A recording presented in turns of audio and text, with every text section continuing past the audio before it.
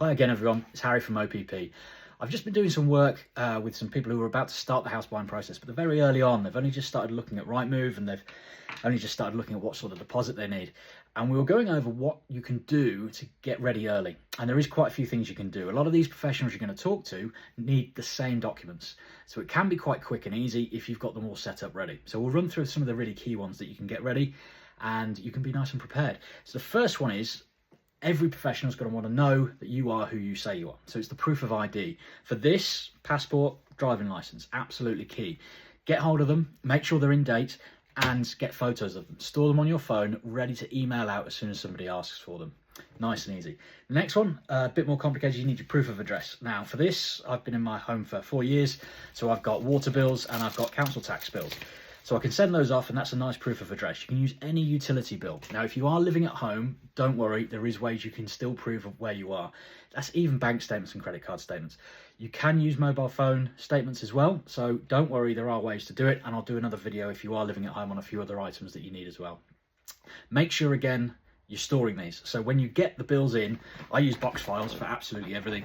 Try and get them stored, get those photos ready so you've got the digital copy ready to send off and you'll be nice and prepared for when you need them.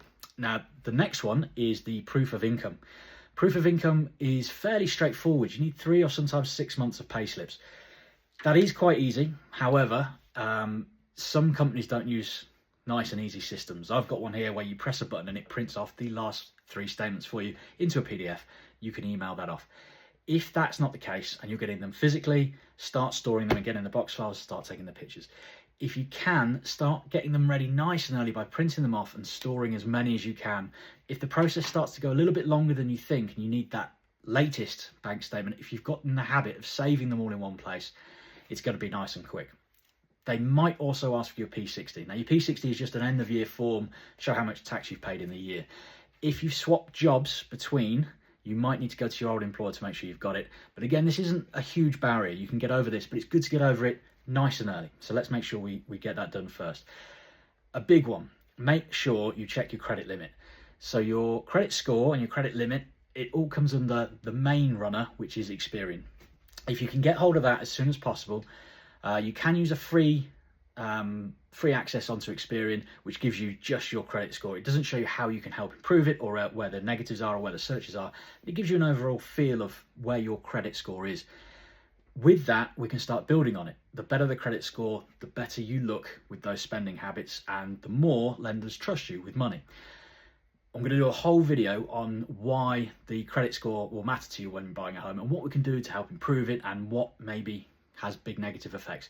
But don't panic if you've got a low credit score at the moment. First of all, there are lenders that will lend to you even with a low credit score, and you can build it relatively quickly. So if you're only just starting to look at that house buying process, please don't panic. We can start to build that credit score over the next 3 to 6 months, ready for when you're about to borrow and going towards lenders. And one quick one that came up today is the gift aid. So gifting somebody a deposit is quite a big deal now. The bank of mum and dad, you might hear of it. This is where you can't quite get the deposit on your own, and saving for a deposit at the moment is a big task. It's an uphill challenge.